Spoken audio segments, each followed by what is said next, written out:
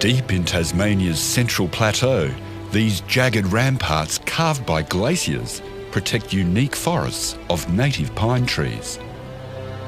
These ancient ecosystems are special because they're found nowhere else on Earth. They're survivors from the Gondwanan supercontinent, from the age of dinosaurs when conifers dominated the land. It's not surprising that such iconic forests are listed as World Heritage and dear to many hearts. These are parts of the planet that are just extraordinarily beautiful, that many people, through bushwalking, through tourism, through whatever, have become very close to. What do you love about the alpine areas? Oh, just the expanse of, you can see the sky, just such unique vegetation up there. This is one of the largest stands of pencil pine anywhere in the entire world. Each of these trees are amazingly old. This one here, for example, is well more than 1,000 years. And they're incredibly slow growing. They've been hanging on since the last ice age. But that's the problem. Even the climate now is changing faster than they can keep up. The pines have retreated here because these refuges have ideal conditions for them. Always wet, often cold. But as the climate warms and dries, they face an ominous threat from the very soil that protects and nurtures them. Fire ecologist David Bowman is part of a research team that's made a new discovery. Pencil pines don't just grow as forests, they swarm in colonies from their roots. And each tree can be genetically identical. You can see this line of plants here. They're all clones? Almost certainly they will be clones. And so you've got very old trees which are putting out roots, which are putting up new stems. They didn't all come up from seeds. They came up from the root systems of the Big Daddy. And we don't know yet how much that turnover has occurred, but we certainly do know that these things are clonal. And not only does that mean their genetic diversity is low, it suggests the age of the colony is much greater than previously thought. Some of these things may have originated from a seed right back at the beginning of the current climate we're in, the end of the Ice Age, which is an astonishing thought that these organisms may be really quite old, not just 1,000 years old, they may be thousands of years old.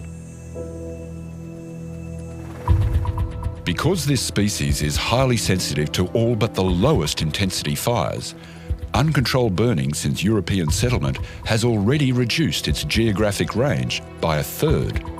10% of Tasmania's pencil pines were killed in fires lit by people in 1960. Now all that's left is found on just over 18,000 hectares, mostly on the Central Plateau. These forests are supposed to be protected from fire by a thick, wet, spongy floor of peat and moss. But their saviour can also be their enemy. Tasmania has a lot of peat, especially beneath 1 million hectares of flammable buttongrass plains. Like a fuse, it extends into pencil pines and rainforests. These organic soils can burn if they dry out, sending fires underground. The peat that nourishes the forest becomes an explosive threat. It's a bit of a hidden menace when the relative humidity drops below 40%. That fire then erupts out of the ground and starts to burn freely again on the top. As the State Fire Manager for the Parks and Wildlife Service, Paul Black is responsible for protecting the World Heritage Area. For him, the peat that underlies it is both a valuable asset and recurring nightmare. In this time of drought, when a burst of dry lightning is detected, the Parks and Wildlife Service deploys spotter flights to check for fires. Lightning's not that unusual, is it? No. What we can see on this screen is an image of the lightning that came through last night. What concerns us in terms of being a land management agency is this patch through out here in the middle of the World Heritage Area, and these ones out here that are in large runs of buttongrass moorland. They're the sorts of storms that can give us trouble when we've got a soil dryness index map that looks like this, where you've got large areas of the state that are extremely dry. The Parks and Wildlife Service believes that lightning fires may not be entirely natural if human-induced climate change is a contributing factor. Levels of soil dryness like this over this part of the state, is that unprecedented? It is. If you look at the map, on the east coast there's quite high levels, and they're higher than what's actually on the northwest, but in the northwest it's unusual. We're very used to having that on the dry east coast, and we've got dry forest types, but up in the northwest those values are unprecedented. It's been the driest period on record for that area. This dire combination of drought and lightning is exactly what Jeff Law fears. He's been exploring and defending the World Heritage Area for more than 30 years and played a big part in its listing. Last year, on behalf of the Wilderness Society, he warned the UN's World Heritage Committee that the 2016 fire season would be particularly dangerous. We presented maps, diagrams and graphs that showed that lightning strikes were becoming the most prevalent form of ignition in Tasmania's wilderness, and that the area burnt as a result of lightning strike ignitions was now representing something like 99% of the area burnt within the World Heritage Area since the year 2000. Then on 13th of January 2016, a volley of dry lightning strikes lit up the tinder-dry bush. Lightning hit the ground nearly 2,000 times. For Paul and his team, things suddenly got extremely busy. By around about 9 o'clock in the evening, we'd had something like 14 fires, but by the time I got to work the next day, that number was up to 28, and it just grew from there as more and more fires became detected over subsequent days. By the end of February, there ended up being 80 fires on reserved lands, burning more than 20,000 hectares of the World Heritage Area. Well, I felt sick when I first saw the locations of those fires, because they were right on the doorstep of our most significant national parks. There was a fire right next to the epicentre of Tasmania's alpine country. There was a fire threatening some of our greatest stands of pencil pine. And the loss would be irreversible. So if the trees are all connected genetically, what does that mean if the colony is hit by a hot fire?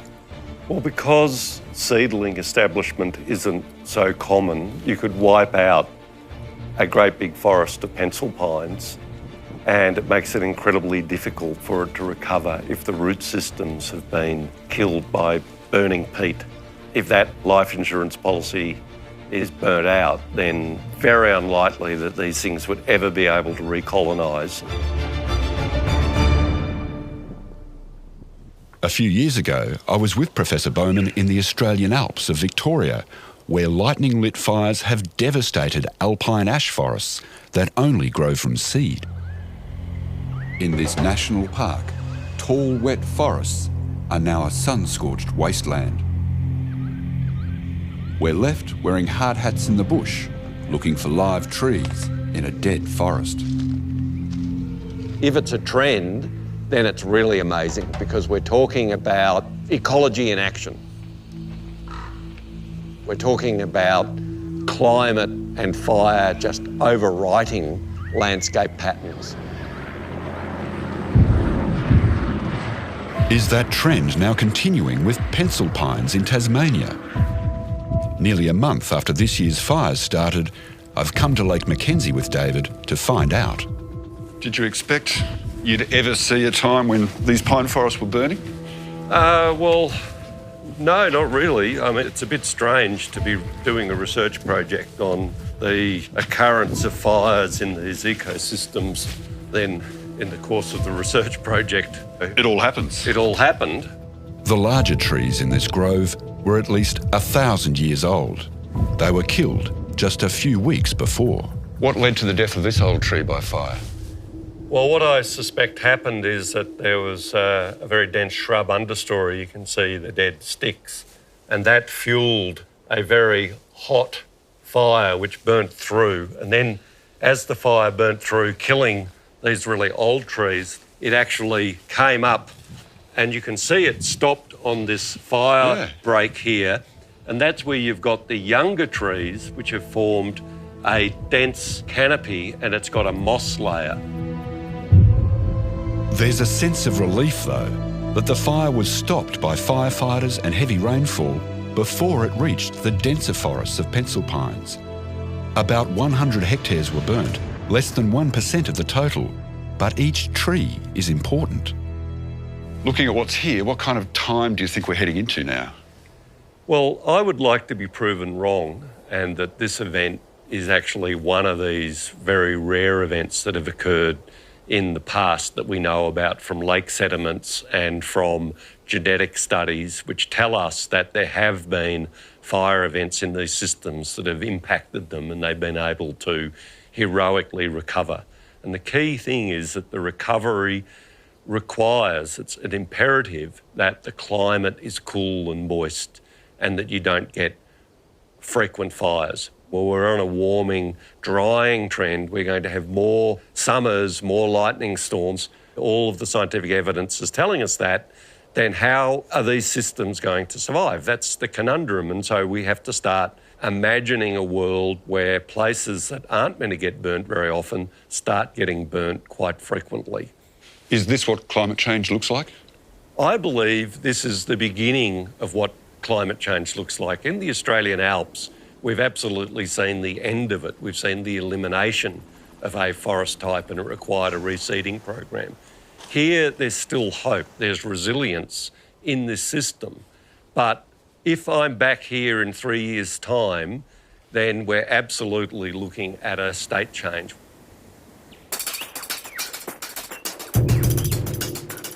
But conifers aren't the only forest at risk. Tasmania also has the largest tracts of cool temperate rainforest left in Australia, many areas not protected as World Heritage. And with climate change predictions, it's likely that Tasmania will become drier and hotter, and so it's likely that we'll lose a lot of that rainforest. For her PhD, Jen Steiger analysed climate data and fire maps to predict at what point we can expect rainforests to burn in Tasmania, especially as they're often relied on as fire breaks. I found that the most significant predictor of fire spreading into rainforest was the amount of rainfall that had fallen in the 30 days prior to that fire starting. And I also found that that value was around 50 millimetres.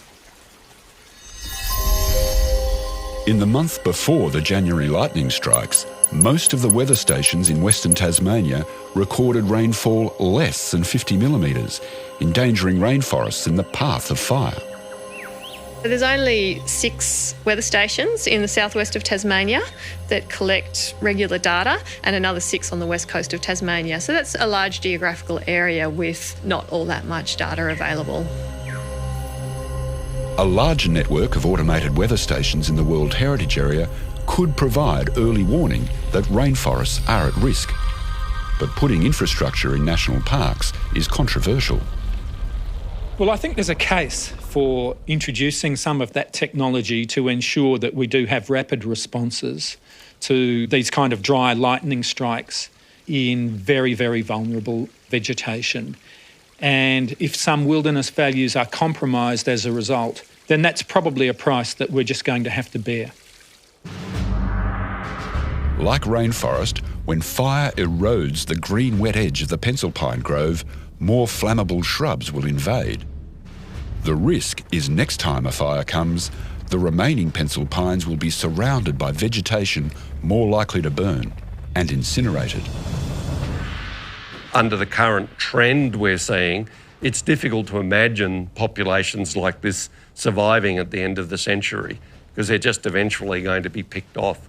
And that raises really big questions about how we manage the World Heritage Area, what sorts of interventions we want.